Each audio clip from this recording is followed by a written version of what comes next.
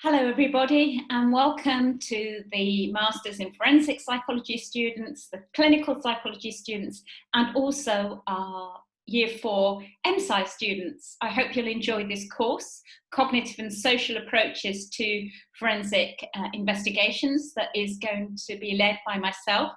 So I am Professor Amina Memon and I've been working in the forensic area for some 30 years now.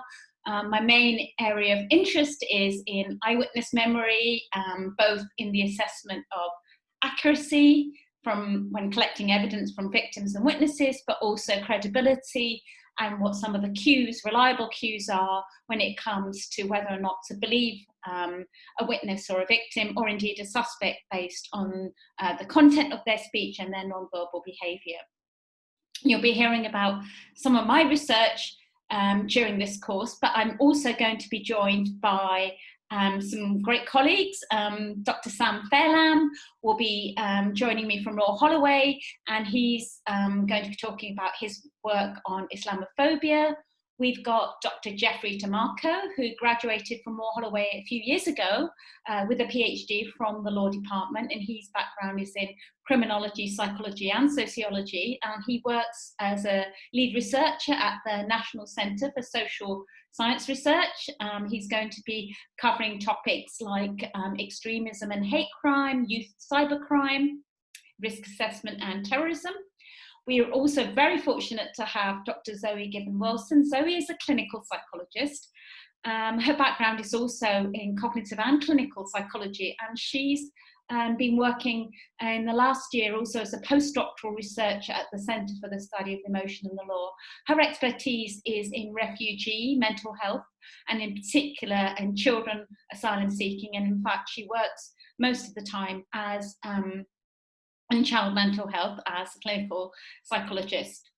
And she's going to be talking about some of her research and some of the clinical dilemmas, as well as some of the issues when it comes to collecting evidence from young and unaccompanied minors. So it's set to be a great course. My own background, as I said, is in forensic interviewing, and I first became interested in interviewing shortly after my PhD when I had the opportunity to go to the University of California, Los Angeles, and look at what some of the problems were with the police interview. And that actually led me to think about, well, how can we use what we know about what works when questioning witnesses, what we know about how memory works to develop good practice interview, an interview where, you know, we can collect as much information and as much detailed and accurate information from witnesses as possible. So that led to the development of specific interview protocols, and I was very fortunate when I came back to the UK and I was living in Scotland in 2003. I was asked by the Scottish Government to develop the best practice guidance for questioning children, and that was used by police and social workers to collect information in real life interviews, and then more recently looking at how to address the needs of vulnerable witnesses and how to provide them with additional support. When I came to Royal Holloway, and I've been here 10 years now, I was fortunate to get funding to look at how to address some of the specific needs of adults with autism spectrum disorder and what some of the issues were confronting them.